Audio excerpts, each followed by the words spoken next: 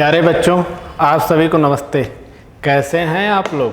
हम उम्मीद करते हैं आप स्वस्थ होंगे, मस्त होंगे। आज हम लोग डिस्कस करेंगे सेट नंबर 3 का। तो चलिए क्लास स्टार्ट करते हैं।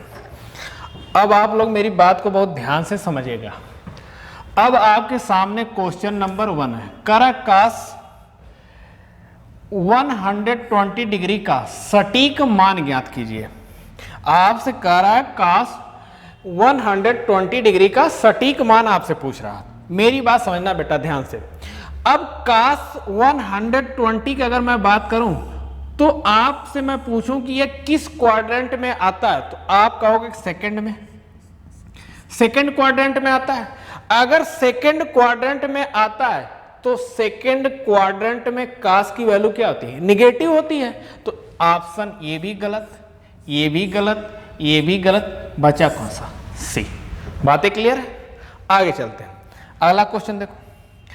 कर संख्या 1254216 निम्नलिखित में से किस संख्या से विभाज्य है? मतलब डिवाइड पूछ रहा है। देखो 5 से तो हो नहीं सकता, क्योंकि 5 से डिवाइड होने के लिए बेटा लास्ट प्लेस पे हमें क्या चाहिए? 0 चाहिए या तो 5 चाहिए। दोनों में से कुछ भी नहीं, 5 से होगा नहीं। 8 से चेक कर लेते हैं। देखो 8 का डिविजिबिलिटी रूल क्या कहता है कि किसी नंबर के लास्ट के 3 डिजिट अगर 8 से डिवाइड हैं तो वह नंबर 8 से डिवाइड होगा। तो देखो लास्ट की 3 डिजिट क्या है? 216। तो 8 दूना 16, कितना बचा? 5, 56, 8, 7, 8 से डिवाइड होगा। अब अगर 16 से बात करें तो 16 के लास्ट की 4 डिजिट, इससे भी नहीं होगा। और 11, ऑप्शन कौन सा? ए। बातें क्लियर है? आगे चलते हैं। अगला क्वेश्चन देखो। करा एक सबलंब की 2 समांतर भुजाओं की लंबाई के बीच का अंतर कितना? 12 सेंटीमीटर है। इन दोनों समांतर भुजाओं के बीच की लंबवत दूरी कितना दे रखा? 60 सेंटीमीटर। यदि समलंब का क्षेत्रफल 1380 सेंटीमीटर स्क्वायर है तो प्रत्येक समानांतर भुजाओं की लंबाई ज्ञात कीजिए। अगर बेटा मैं ट्रेपेजियम की बात करूं तो कुछ ऐसे, अगर मैं कहता हूं मान लो ये ए है, ये बी है, तो हमें कह रहा है कि ए माइनस बी कितना है? 12 दे रखा है। और इनके बीच की जो डिस्टेंस है इसे 60 दे रखा है। कितना दे रखा है? 60। तो हमसे ए और बी की लंबाई पूछ रहा है। तो अब देखो अगर मैं इसके एरिया की बात करूं तो एरिया क्या लिखते हो? 1/2 ए प्लस बी। एच कितना दे रखा है? 60 बराबर कितना? 1380। अब देखो 0 से 0 कैंसिल, 6 दूना 12, अच्छा 3 18, मतलब a प्लस बी बराबर, अब 2 इधर डिवाइड इधर जाकर मल्टीप्लाई करेगा तो कितना हो जाएगा? 46। अब a प्लस बी 46 और a माइनस बी आपको कितना दे रखा? 12। अब यहां से a और b की वैल्यू निकल जाएगी, कैंसिल कर दो b को, तो यहां से जाएगा 2a बराबर कितना हो जाएगा? तो आप कहोगे 58। a बराबर कितना हो जाएगा? 29। कितना हो जाएगा? 29।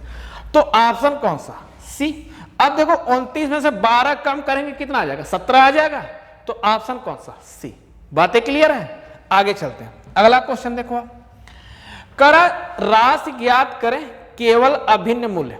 यदि 6500 रुपए की राशि 2 वर्ष के लिए 10% वार्षिक ब्याज पर उधार ली जा रही है, यदि ब्याज अर्धवार्षिक, मतलब जो इंटरेस्ट होगा वह अर्धवार्षिक अप्लाई होगा, करा हाफ ईयरली, करा रूप से संयोजित किया जाता है। हमसे अमाउंट पूछ रखा है और जो ब्याज इंटरेस्ट होगा वह हाफ ईयरली अप्लाई होगा। अब देखो अगर 2 साल की मैं बात करूं, 2 ईयर की बात करूं तो इसमें कितने हाफ ईयर होंगे? तो आप कहोगे कि इसमें 4 हाफ ईयर होंगे। तो रेट बेटा कितना हो जाएगा? तो आप कहोगे 5%। रेट भी तो आप हो जाएगा 5%। अब देखो 4 बार मतलब 5, 5, 5 और 5। अब अगर आप इसे बेसिक फार्मूले से लगाओगे तो एग्जाम में बेटा बहुत ज्यादा टाइम लगेगा। तो हम इसे सक्सेसिव से देख लेते हैं। देखो अगर इस 5 और इस 5 का सक्सेसिव देखें तो 5 + 5 + 5 × 5/100, यहां से आ जाएगा 10.25। अगर इन दोनों 5 का भी देखो तो यहां से भी क्या आ जाएगा 10.25। अगर इनका सक्सेसिव निकालेंगे तो 10.25 10.25 हो जाएगा 20.50। अब ये जो इनका रेट आएगा वह लगभग बेटा 21 के आसपास होगा, 21 के आसपास होगा। अब एग्जैक्ट निकालेंगे तो टाइम खराब करने से कोई फायदा नहीं, क्योंकि ऑप्शन दूर दूर दे रखा है, ठीक ना। अब अगर 21% की बात करें तो 6500 का बेटा 21% आप निकालोगे तो यहां देखो 0 से 0 कैंसिल, 21 बचे 105, कितना बचा 10, 21 छक्का 126 में 10 जोड़ोगे 136। बातें क्लियर। ये आपका इंटरेस्ट और आपका प्रिंसिपल कितना है 6500 और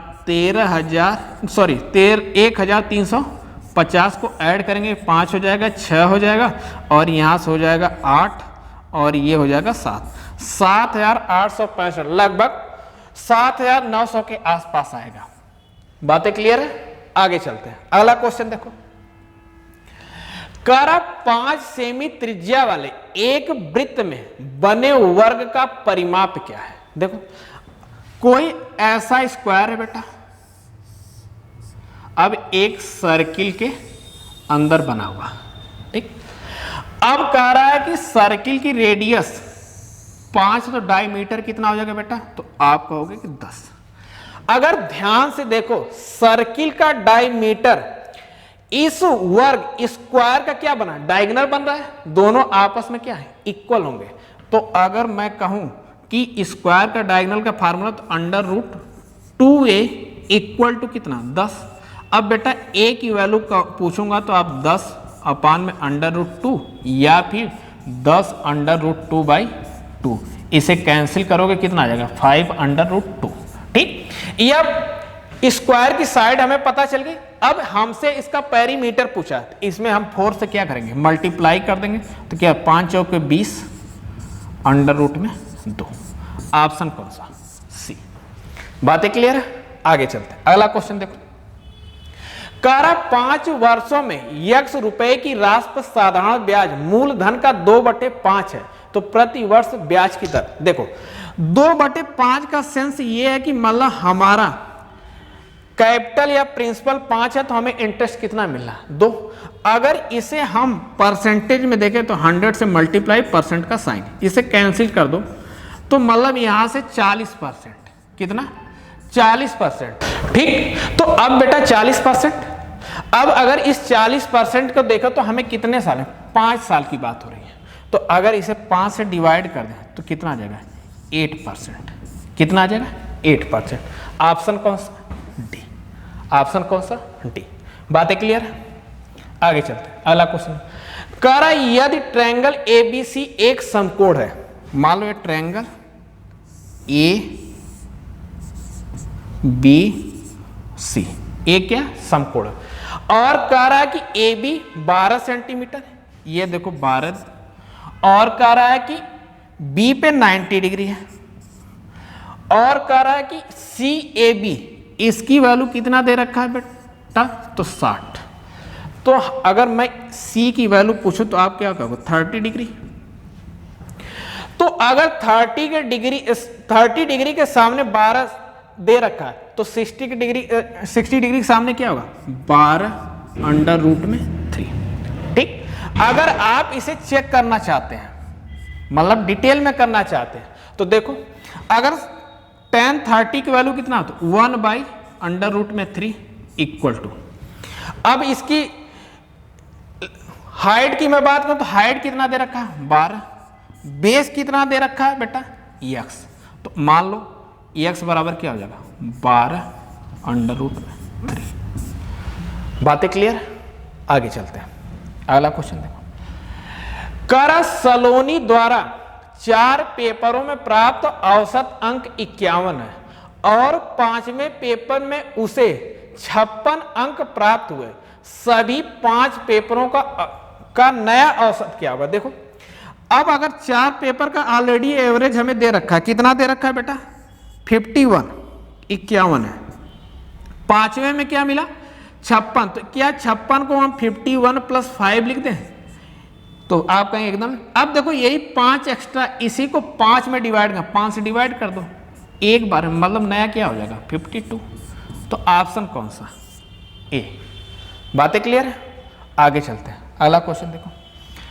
करा रेशमा 45 किमी की दूरी 15 किलोमीटर प्रति घंटा की गति से साइकिल से, 80 किलोमीटर की दूरी 40 किलोमीटर प्रति घंटा की गति से कार से, और 6 किलोमीटर की दूरी 2 किलोमीटर प्रति घंटा की गति से पैदल तय करती है। पूरी यात्रा के लिए उसकी औसत गति ज्ञात है। देखो अगर मैं टोटल दूरी की बात करूं तो टोटल दूरी कितनी है? 45 + 80 और +6। और टोटल समय देखो, यहां कितना उन्होंने टाइम लिया तो आप कहोगे 3, यहां पे उन्होंने कितना टाइम लिया तो आप कहोगे 2, और यहां पे आपसे पूछा जाए तो 3। 3 2 5 3 8। अब यहां पे हो जाएगा 131/8। अब देखो 8 से डिवाइड करें तो कितना हो जाएगा? 8 × 8 कितना बचा बेटा यहाँ पे? 5 = 51, 8 × 6 = 48, 16 दशमलव कुछ है। ऑप्शन कौन सा? बी। आगे चले, अगला क्वेश्चन देखो। कह रहा है एक पिरामिड के आधार एक समबाहु त्रिभुज है जिसकी प्रत्येक भुजा 8 सेंटीमीटर है, इसकी तिरछा किनारा 24 सेंटीमीटर दे। पिरामिड के संपूर्ण सतह का क्षेत्रफल, हमसे पिरामिड का बेटा टोटल सरफेस एरिया पूछ रहा है। पिरामिड का क्या पूछा? Total surface area. तो देखो मेरी बात, पहले अगर मैं उसके बेस की बात करूं तो इक्विलैटरल ट्रायंगल है। अगर मैं इसकी हाइट, अब मेरी बात ध्यान से, हाइट कितनी है इसका? अरे तिरिया कोई बात नहीं, हाइट सुनो मेरी बात। अब देखो यहां पे ये कितना है? ए मान लो, ये बी है और ये सी है, ये 8 दे रखा है। अब अगर मैं इसके तिर्यक ऊंचाई की बात करूं तो पहले हमें तिर्यक किनारा दे रखा है, ये वाली हाइट हमें दे रखी है। इसकी लेंथ कितनी दे रखी है आपको? 24। अगर मैं तिर्यक ऊंचाई की बात करूं तो यहां पे, अब यहां पे बेटा क्या होता है कि 90 डिग्री का एंगल बनता है। कितने डिग्री का एंगल बनता है? 90 डिग्री का। तो अगर ये पूरा 8 है तो ये दूरी कितनी हो जाएगी? 4 और ये 24। अब हमें तिर्यक ऊंचाई निकालने के लिए 24 का स्क्वायर करेंगे, 576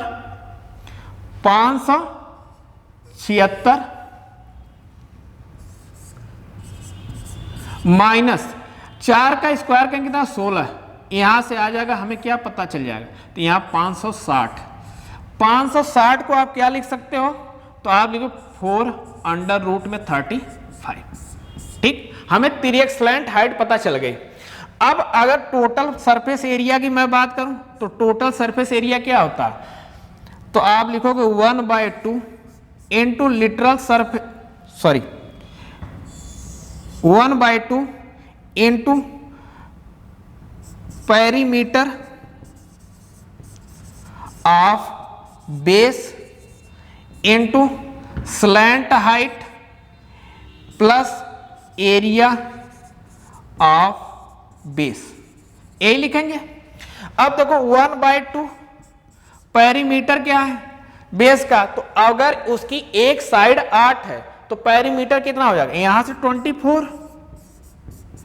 स्लैंट हाइट हमें पता चल गई 4√35 प्लस एरिया आप बेस की बात करें तो क्या लिखें? √3/4। बेस कितना, ये उसकी रेडियस कितनी दे रखी है? तो आप कहोगे 8 × 8 हो गया।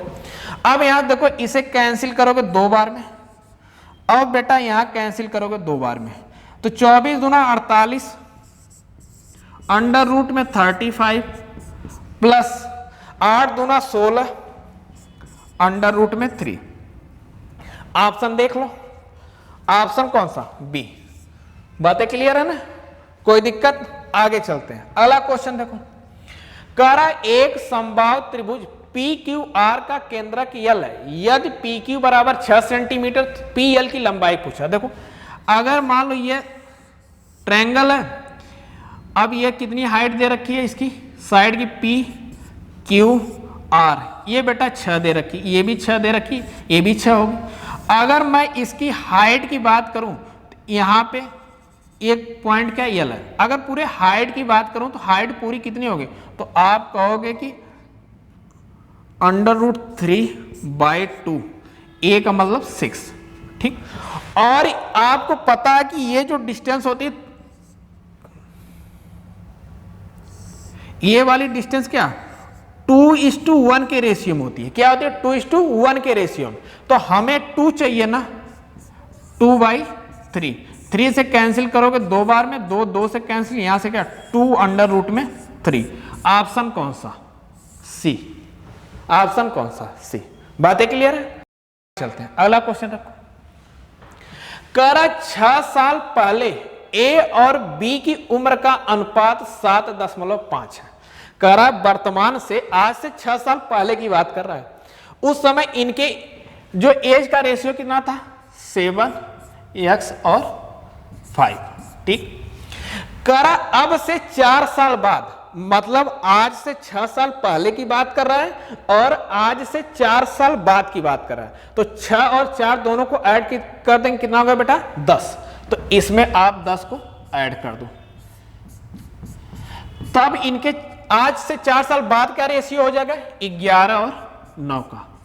क्रॉस मल्टीप्लाई कर दें, 9 7 63, x + 90 बराबर 11 5 55, x + 110।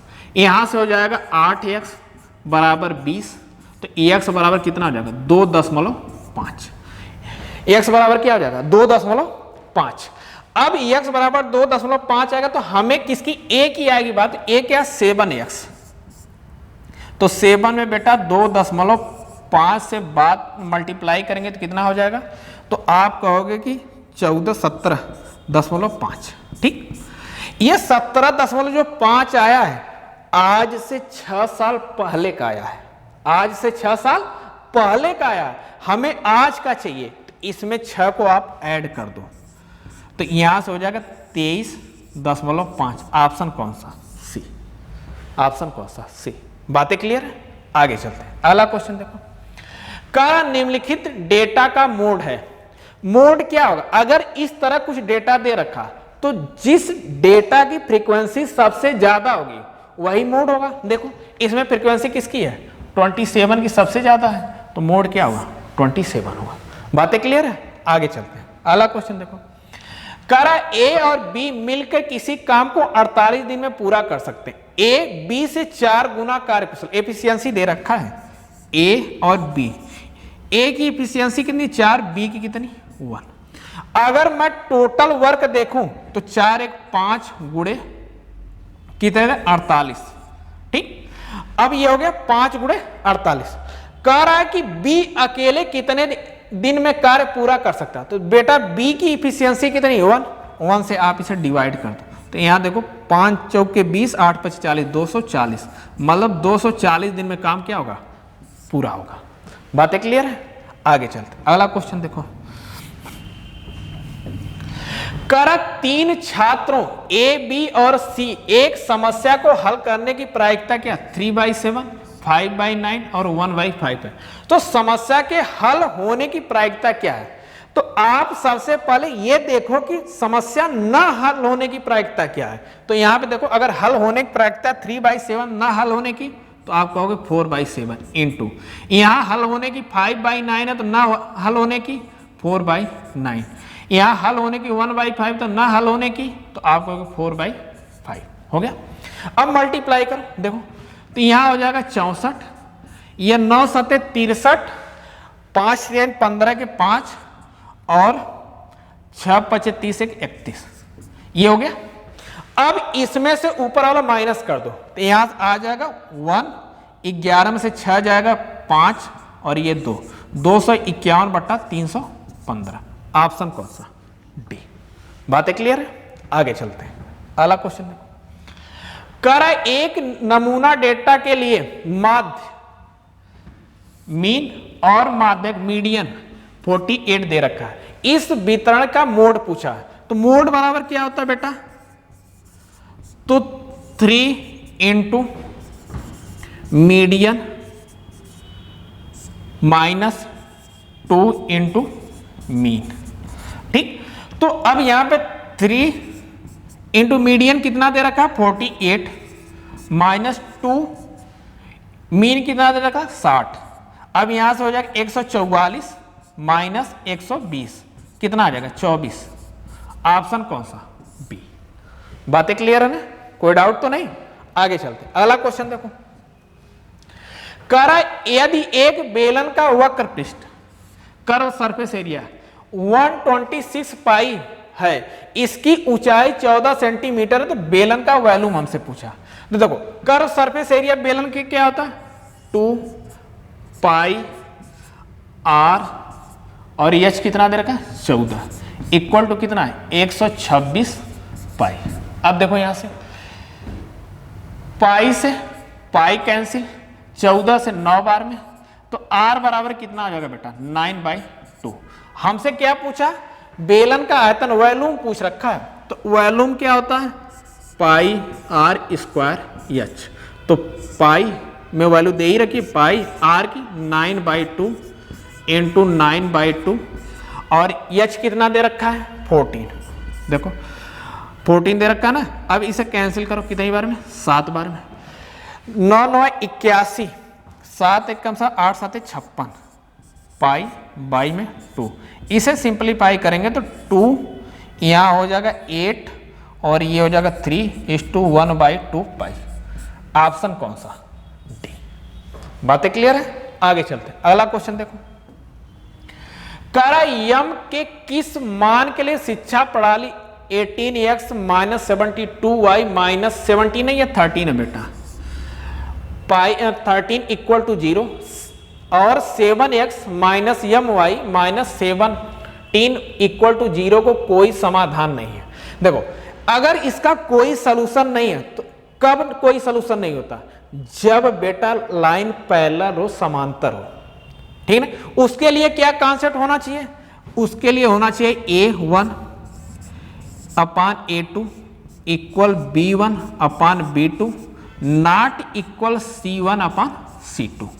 अगर ये कॉन्सेप्ट बन रहा है तब लाइन पैरेलल बनेगी और उसके कोई सलूशन नहीं निकलेंगे। तो देखो A1 की जगह आपको कितना दे रखा है 18, A2 की जगह आपको कितना दे रखा है 7, B1 की जगह आपको कितना दे रखा है 72 और B2 तो हमें निकालना ही है ना। ये देखो ये इसका कितना 4 गुना, इसका भी तो 4 गुना होगा 28। बातें क्लियर है? कोई डाउट? आगे चलते हैं। आगे देखो अब इसे हमें सॉल्व करना, तो यहां हम राइट साइड से सॉल्व। इसकी वैल्यू कितनी आ जाएगी? तो आप कहोगे 15। इसकी वैल्यू कितनी आ जाएगी? तो आप कहोगे 15। यहां से 15 को इसमें ऐड कर दो कितना 169।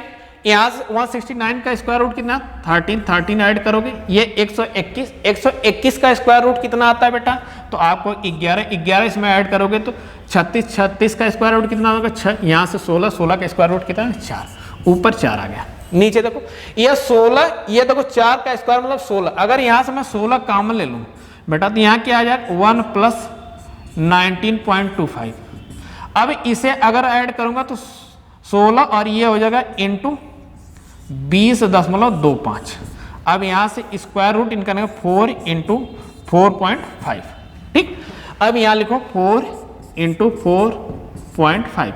4 से कैंसिल, ये हो जाएगा 10/45। इसे सॉल्व करोगे तो 2/9। ऑप्शन कौन सा? सी।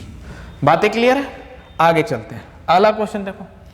करा यदि 80 लीटर दूध के घोल में 60% दूध है तो घोल में दूध 80% करने के लिए कितना दूध मिलाया जाना चाहिए? देखो अब पहले दूध कितना था 60%, अब दूध कितना है 80%। तो देखो अब यहां पे पहले दूध 60% था, अब बेटा जब दूध मिलाया जाएगा तो दूध क्या होगा 100%। प्योर दूध क्या होगा 100%। अब आना कितना चाहिए 80%। अब देखो यहां भी 20 और यहां भी 20, 1:1 का रेशियो, मतलब जितना पहले मात्रा थी अब भी उतनी मात्रा चाहिए। तो पहले 80 थी तो अब भी कितनी चाहिए 80 लीटर चाहिए। बातें क्लियर है? आगे चलते हैं। अगला क्वेश्चन देखो।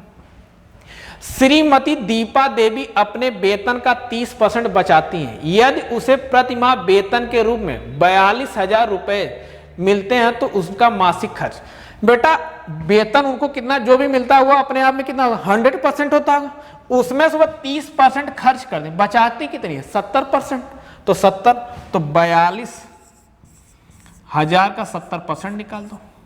देखो 0 से 0 कैंसिल, अब 2 जीरो के बाद यूनिट प्लेस पे क्या, 2 जीरो के बाद के 7 दूना 14, 4 आएगा किसमें ऑप्शन, ऑप्शन बी, पूरा मल्टीप्लाई भी नहीं करना है।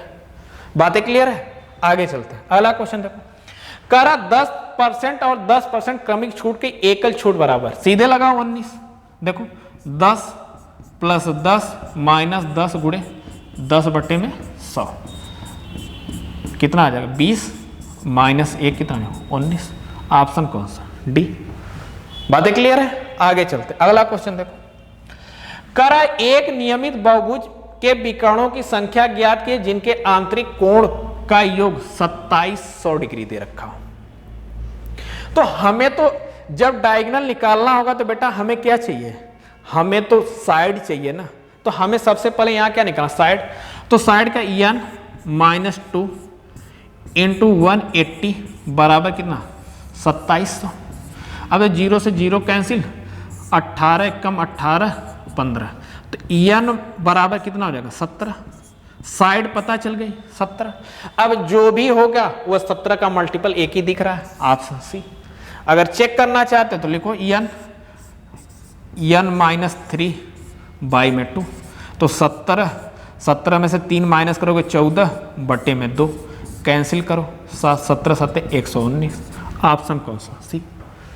बातें क्लियर है, आगे चलते हैं। अगला क्वेश्चन देखो, करा एक बेईमान व्यापारी अपने माल को 50% मूल्य पर अंकित करता है, फिर अंकित मूल्य पर 20% की छूट देता है। इसके अलावा एक दोषपूर्ण तराजू का उपयोग करता है जिसमें 900 ग्राम पर 1 किलोग्राम लिखा होता है, उसका शुद्ध लाभ प्रतिशत। देखो 50% का मतलब क्या होता है बेटा, तो आप कहोगे 1/2, मतलब ये सीपी का लो और ये एसपी, 2 की वस्तु 3 में।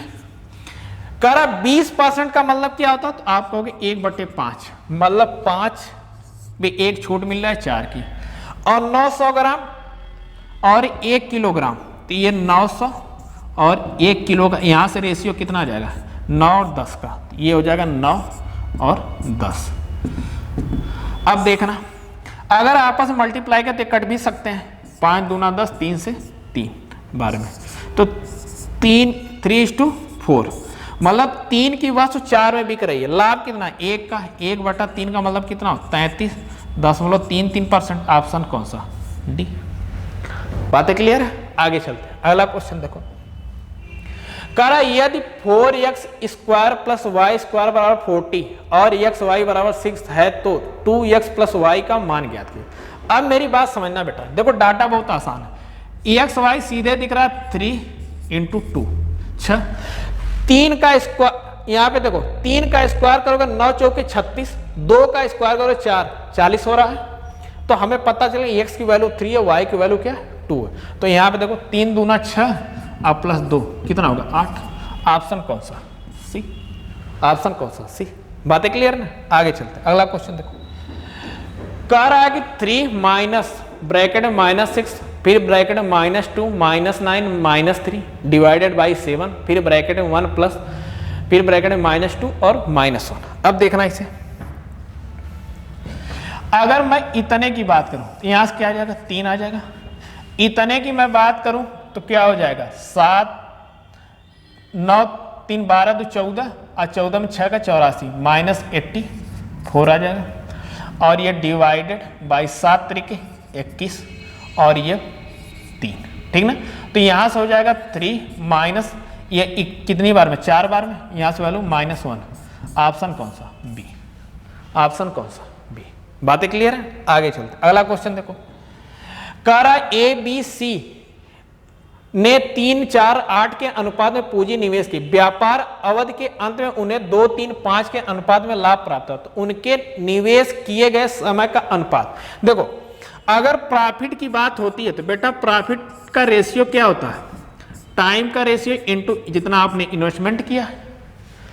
तो अगर हमसे किसका पूछ रहा, समय का पूछ रहा है, तो इन्वेस्टमेंट से इसमें क्या करो, डिवाइड कर दो। देखो अब क्या 2/3 और यहाँ 3/4 और यहाँ 5/8। अब देखो इनका एलसीएम कितना, 8 त्रिके 24, 24 से इसको मल्टीप्लाई करो, 24 से मल्टीप्लाई करेंगे तो 3 से डिवाइड हो, 8 दूना 16। यहाँ देखेंगे तो 24 4 6 24 36 18 और यहाँ से 8 त्रिके 24 5 3 15, मतलब 16 18 और 15 का रेशियो आएगा। ऑप्शन कौन सा, डी, सी, सॉरी सी। बातें क्लियर, आगे चलते। अगला क्वेश्चन देखो, करा 25 पैसे 50 पैसे 2 रुपए और 5 रुपए के सिक्कों का अनुपात 5 4 3 2 1 5 4 3 1 है। यदि सिक्कों की कुल राशि 285 है तो 25 पैसे और 5 रुपए सिक्कों की संख्या के बीच का अंतर। अब देखो अगर इन्हें रुपया में देखो तो ये क्या हो जाएगा 1/4, ये क्या हो जाएगा 1/2, ये 2 है और 5 है, ठीक। अब बेटा देखो यहाँ 4 बन रहा है, यहाँ 2 अगर इनके सिक्कों के अनुपात में हम 4 से मल्टीप्लाई कर दें तो हमारा कैलकुलेशन क्या हो जाएगा, आसान हो जाएगा। देखो इसमें 4 से मल्टीप्लाई तो ये 20 बन जाएगा, इसमें 4 से मल्टीप्लाई 16 बन जाएगा, इसमें 4 से मल्टीप्लाई करेंगे तो 12 बन जाएगा और इसमें 4 से मल्टीप्लाई करेंगे तो 4 बन जाएगा, सॉरी 4 बन जाएगा। हो गया। अब देखना ध्यान से, अगर मैं कहूं यहां पे 25 पैसे को क्या लेते हैं 1/4 रुपए, मतलब 4 आना। कितने लोगों ने 4 आना सुना होगा, ये बात कमेंट करके जरूर बताना। और कितने 8 आना सुना होगा, ये भी बात कमेंट करके जरूर बताना, ठीक ना। तो अगर कह रहा कि इसका 25 पैसे की वैल्यू 1/4 है तो 20 सिक्के में कितनी वैल्यू होगी, तो आप कहोगे 20 सिक्के में अगर वैल्यू की मैं बात करूं तो कितनी होगी 5। अब 50 पैसे है ना, 8 है ना। अब इसकी वैल्यू मैं पूछूं 16 सिक्के में कितने होगी, तो आप कहोगे 8। और यहां पे देखो 2 का 12 तो 24 और यहां पे 5 का 20, ठीक। अब अगर इनको ऐड करूं तो टोटल कितना हो रहा है, 24 में 20 जोड़ोगे 44, 44 में 8 52 5 57। इसी 57 की वैल्यू हमें क्या दे रखी है 285। तो बेटा ये इसका कितना गुना 5 गुना 5 गुना। अब हमसे कह रहा कि 25 पैसे और 5 रुपए के सिक्के का बीच का अंतर, देखो इनके बीच का अंतर कितना है, तो आप कहोगे 16। तो बेटा 16 का भी क्या 5 गुना होगा, कितना होगा 16 5 80, क्या होगा 80। तो मतलब कितने सिक्के हैं उनके बीच का अंतर 80। बातें क्लियर है, आगे चलो अगला क्वेश्चन देखो। कह रहा 24√3 फीट ऊंचे एक सीधे खंबे के शीर्ष से एक सीधे टावर के शीर्ष का उन्नयन कोण 60 डिग्री है। यदि खंबे का आधार टावर के आधार से 60 फीट दूरी पे हो तो ऊंचाई कितनी होगी टावर की। देखो अगर मान लो ये टावर है, ये खंबा है, अब कह रहा है कि ये वाला एंगल 60 डिग्री बन रहा है और टावर खंबे की ऊंचाई कितनी दे रखी है 24√3 और इनके आधार की डिस्टेंस, अगर बेटा ये 60 है तो ये भी 60 ही होगा और ये 24√3 है तो ये भी 24√3 होगा। अगर ये 60 ये 90 तो ये कितना होगा 3 नहीं 30 के सामने बेटा 60 है तो 60 के सामने कितना हो जाएगा, तो आप कहोगे 30√3 नहीं सॉरी 30 नहीं 60, आप लिखोगे 60√3। इनको ऐड कर दो कितना 84√3। ऑप्शन कौन सा डी। बातें क्लियर है, आगे चलते हैं अगला क्वेश्चन देखो।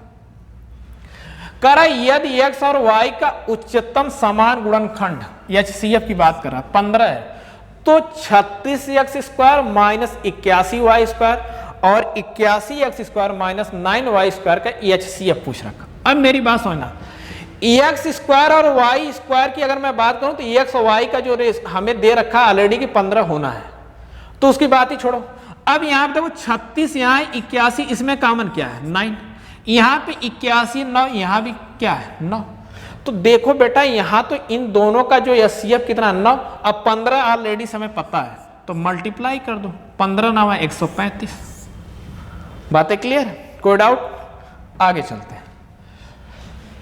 तो आज के लिए इतना। ये वीडियो आपको कैसी लगी कमेंट सेक्शन में जरूर बताइएगा।